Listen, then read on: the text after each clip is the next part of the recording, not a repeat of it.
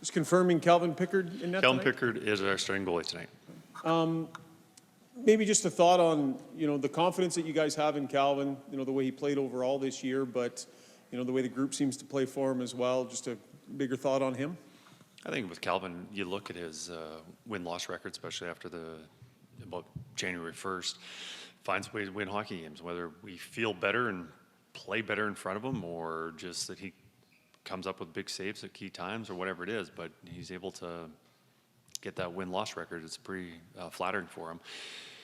And, in the game 3, he came up with some big saves, especially in the third period. And the one I'm thinking about is there was a couple at the end of the game with a 2-goal lead were outstanding.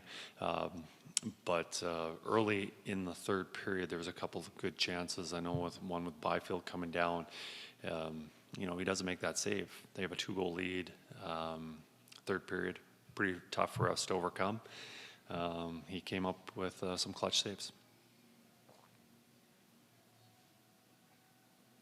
Kris, what do you want to take forward from Game 3? What did you like that you want to see again?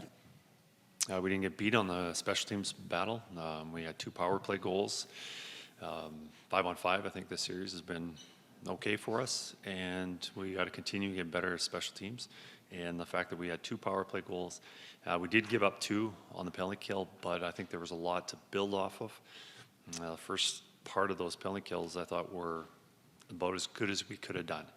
And we're going to have some breakdowns, but we need to shore that up. So I'm sure they're changing things and going to counter what we were doing, and we have to be prepared for that. But I think that's the special teams was a big difference from the previous first 2 games to the third one. You've been using Corey Perry a little bit at net front on that first unit. What went into that switch? What do you like about Perry there as opposed to Zach, or is it just kind of a different look? I think they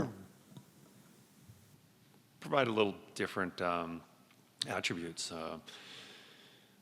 Corey's maybe has a little more touch, finesse around the net.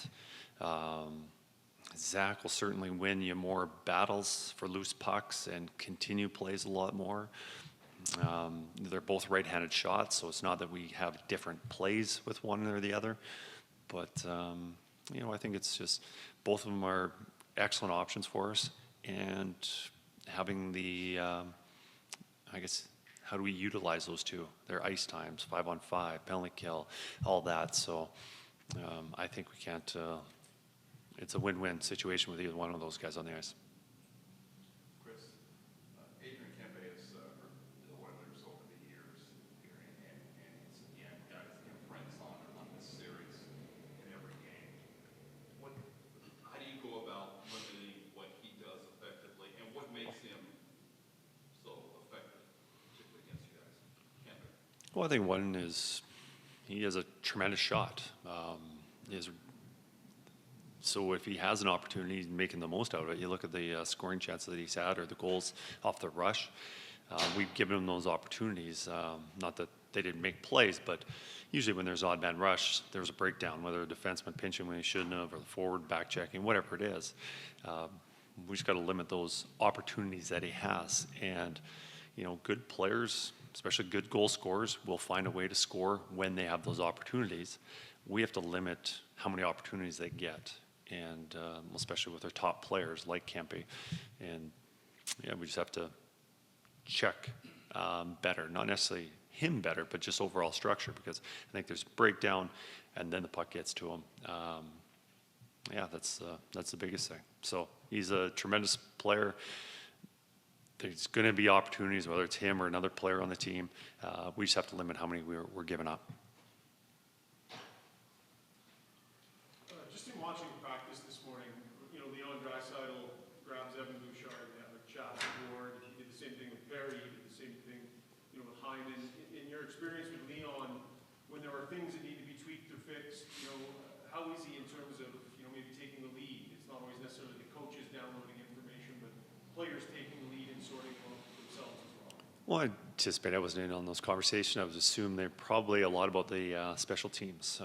And with Leon, probably power play. We just had our power play, penalty kill meetings in the morning, and then usually that information is given by the coaches, and then the players process that, and then they have their second meeting with, okay, I see how that will work, and if you're here, and a little more finer details on what they're going to see and how they're going to execute those plays that the coaches envision. So, I did see Leon at the board and kind of caught a little bit of the conversation, but I think with any elite player, whether it's a National Hockey League or an NFL quarterback or whatever it is, they're always looking for an edge, and they're always thinking about how to get better and how to take advantage of maybe another team's weakness or an opposition player.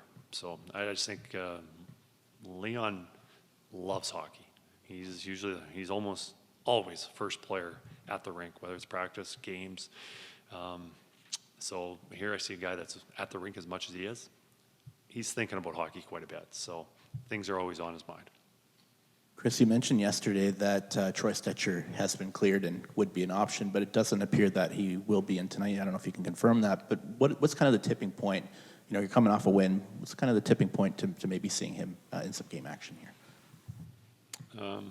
Tipping point, I guess if we have an injury, if somebody else doesn't play well, we know Troy is, we know what Troy's going to give us, and whenever we need him, and we know what kind of game he's going to give us, and we're comfortable with that.